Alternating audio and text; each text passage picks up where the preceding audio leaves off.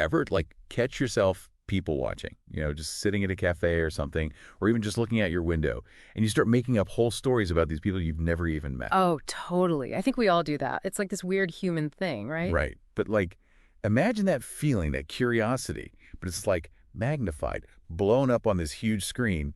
That's what Hitchcock does in Rear Window, Mm-hmm. right? He takes this everyday thing, people watching, and he makes it, well, kind of creepy, but also super suspenseful. Mm. Actually, you mentioned wanting to unpack this one, so we're diving deep into Rear Window today, straight into Hitchcock's crazy genius brain. And it's interesting, right? Because Rear Window isn't just a good thriller, it's making us think about voyeurism. Like, where's the line between being curious and being, well, obsessed? Big questions, especially now. Totally. Which is why this deep dive's going to be so interesting. We've got film analysis articles, behind-the-scenes stuff, the whole shebang. You ready to get into it? Oh, yeah, let's do it. Hit me with what you've got. Okay, so this article from No Film School, it breaks down, like, 4 of Hitchcock's techniques, how he makes us feel like voyeurs, along with the main character. First up, set design. Might sound kind of boring, but trust me, it's not. Yeah, the set design in this is wild. That courtyard, right? You see straight into those apartments. It's like you're right there. No walls, almost. Exactly. Like, we're right there with him, peeking into these people's lives, and those apartments are lit up so you can't look away.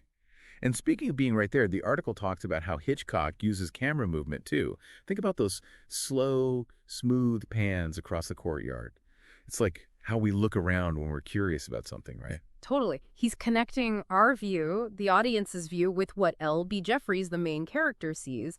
But there's more to it, I think. Something a little sneaky that we'll get into. Okay, now I'm even more curious. So we've got this stage, we've got the camera moving like our eyes, and then Hitchcock uses shot size, close-ups. It's like he's trying to show us something specific. A woman undressing, a mysterious package, all the things that are making Jeffries suspicious. And it works. It totally sucks us in. Mm. By making us focus on what Jeffries is focusing on, suddenly we're part of the mystery, too.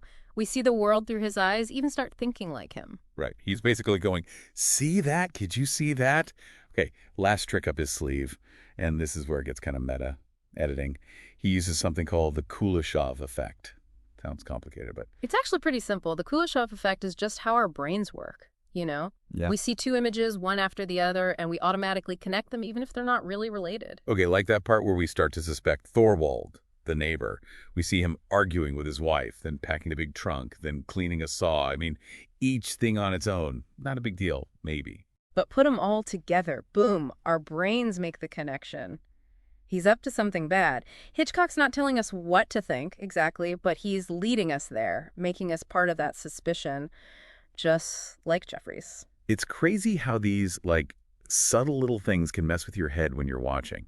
But there's this whole other layer to this movie that I love, this whole world inside Rear Window.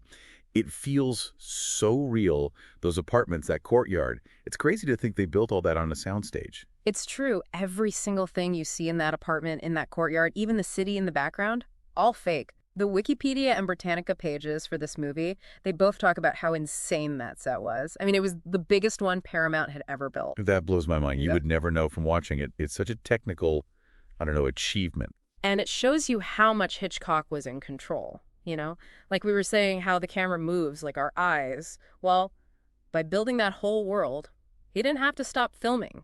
He could keep that illusion going, pull us deeper into Jeffrey's world. Which is even more impressive when you realize this wasn't even his original idea. This was based on something else, right? Yeah, Rear Window is based on this short story, It Had to Be Murder, by Cornell Woolrich. Same basic story. A guy stuck at home thinks something shady is happening. But there's this article by Michael Rickard II. He talks about how Hitchcock took that story and made it his own. He calls it an intermediate adaptation. Okay, now I'm lost. What's that? Basically, it's somewhere between copying the story and making up something totally new. He keeps the important parts from Woolrich's story, but then adds all this other stuff to make it a movie, to make it a Hitchcock movie. Like what kind of stuff? So think about the characters. In the story, it's basically just the main guy and who he's watching.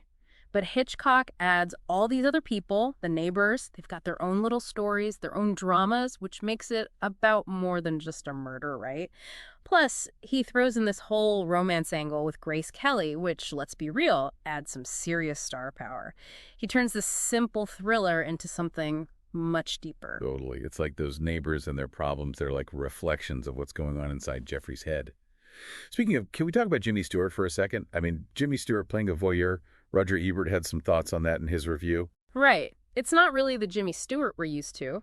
Ebert thought it was intentional that Hitchcock used this idea of Stewart as America's sweetheart, but gave him a darker side. It's definitely a different Stewart than, like, in those old comedies. Exactly. And that darker side is key to understanding what the film's saying.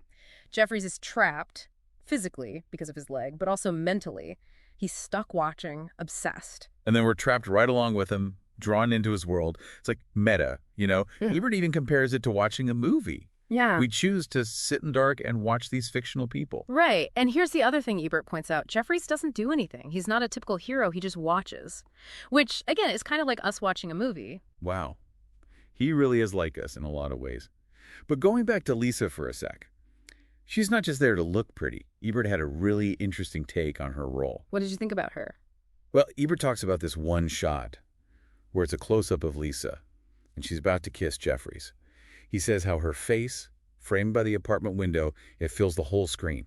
And for a second, we're not seeing her through Jeffries' eyes anymore. We're seeing her through our own. Like Hitchcock is forcing us to confront our own watching, our own gaze. It's like he's breaking the fourth wall, reminding us that there's always more than one way to see things. And speaking of how we see things, can we talk about that opening shot? That slow pan across the courtyard into Jeffries' apartment. This article from the American Society of Cinematographers goes into how they shot that, and it's amazing. It's a masterclass in visual storytelling, no doubt. That shot, it's over a minute long, and they spent half a day filming it. That's Hitchcock, though. He understood that the camera isn't just about recording what's happening.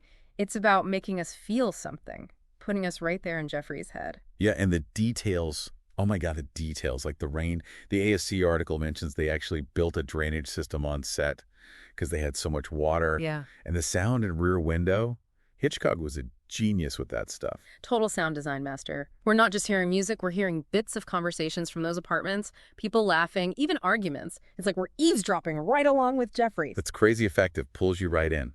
And the music from that composer guy, that always felt super important, you know? Yeah. Oh, absolutely. That wasn't just random background music. That composer, he's like another layer of the story. You know, we hear these little pieces of music, kind of messy, like he's struggling to write something. And the thing is, that mirrors what's happening in the movie with the mystery and all. But then as the movie goes on, his music changes, it comes together. It's subtle, but it's really cool how Hitchcock does that. Right. Like this hidden story happening alongside the main one. So we've talked about how Hitchcock uses the camera, those crazy sets, even the actors he chose. But the thing is, Rear Window isn't just a well-made movie. It's about something bigger, about us. 100%. Rear Window is holding up a mirror to how much we love to watch, you know? Think about it. After the war, you had all these people moving to the suburbs, closer together, but also feeling more alone.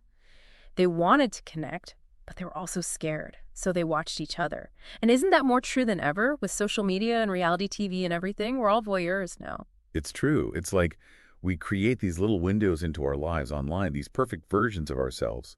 And then we just scroll and scroll looking at everyone else's lives. It's easy to forget that there are real people behind those screens. Yeah. Hitchcock basically saw it coming. He did. And because we're basically right there with Jeffries, watching, the movie makes us think. When does being curious become creepy?